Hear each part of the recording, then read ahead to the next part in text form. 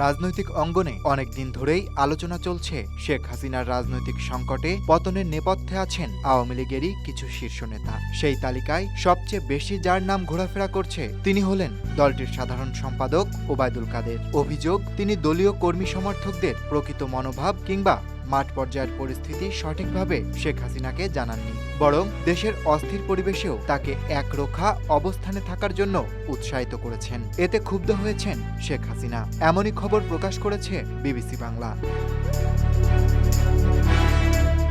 প্রমাণ হিসেবে বলা হচ্ছে, ভারতে অবস্থানরত শেখ হাসিনার সঙ্গে এখনও দেখা করার সুযোগ পাননি ওবায়দুল কাদের। অথচ সাবেক স্বরাষ্ট্রমন্ত্রী আসাদুজ্জামান খান কামাল, আওয়ামী লীগের যুগ্ম সাধারণ সম্পাদক বাহাউদ্দিন নাসিম এবং সভাপতিমণ্ডলীর সদস্য জাহাঙ্গীর কবির নানক সম্প্রতি দিল্লিতে তার সঙ্গে সাক্ষাৎ করেছেন।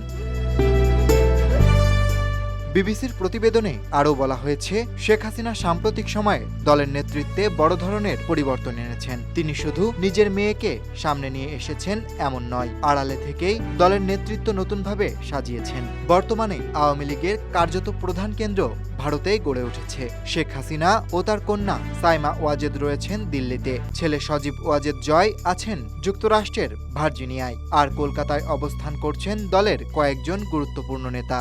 ফলে আওয়ামী লীগের নেতৃত্ব এখন এক ধরনের ত্রিভুজ কাঠামোয় চলছে।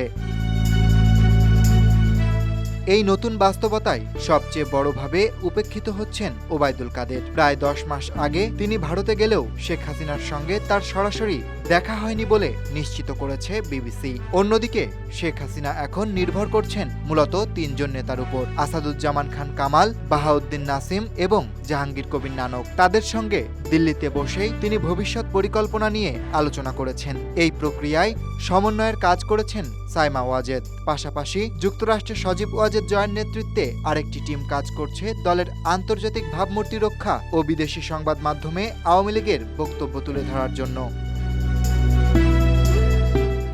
সবশেষে বিবিসি বাংলার প্রতিবেদন বলছে, আওয়ামী লীগের ভেতরে দৃশ্যমান এই নেতৃত্ব পুনর্বিন্যাস শুধু দলের অভ্যন্তরীণ শক্তির ভারসাম্যই বদলে দিচ্ছে না, বরং শেখ হাসিনার রাজনৈতিক ভবিষ্যৎ নির্ধারণেও গুরুত্বপূর্ণ ভূমিকা রাখবে। Desk report, Dhaka express.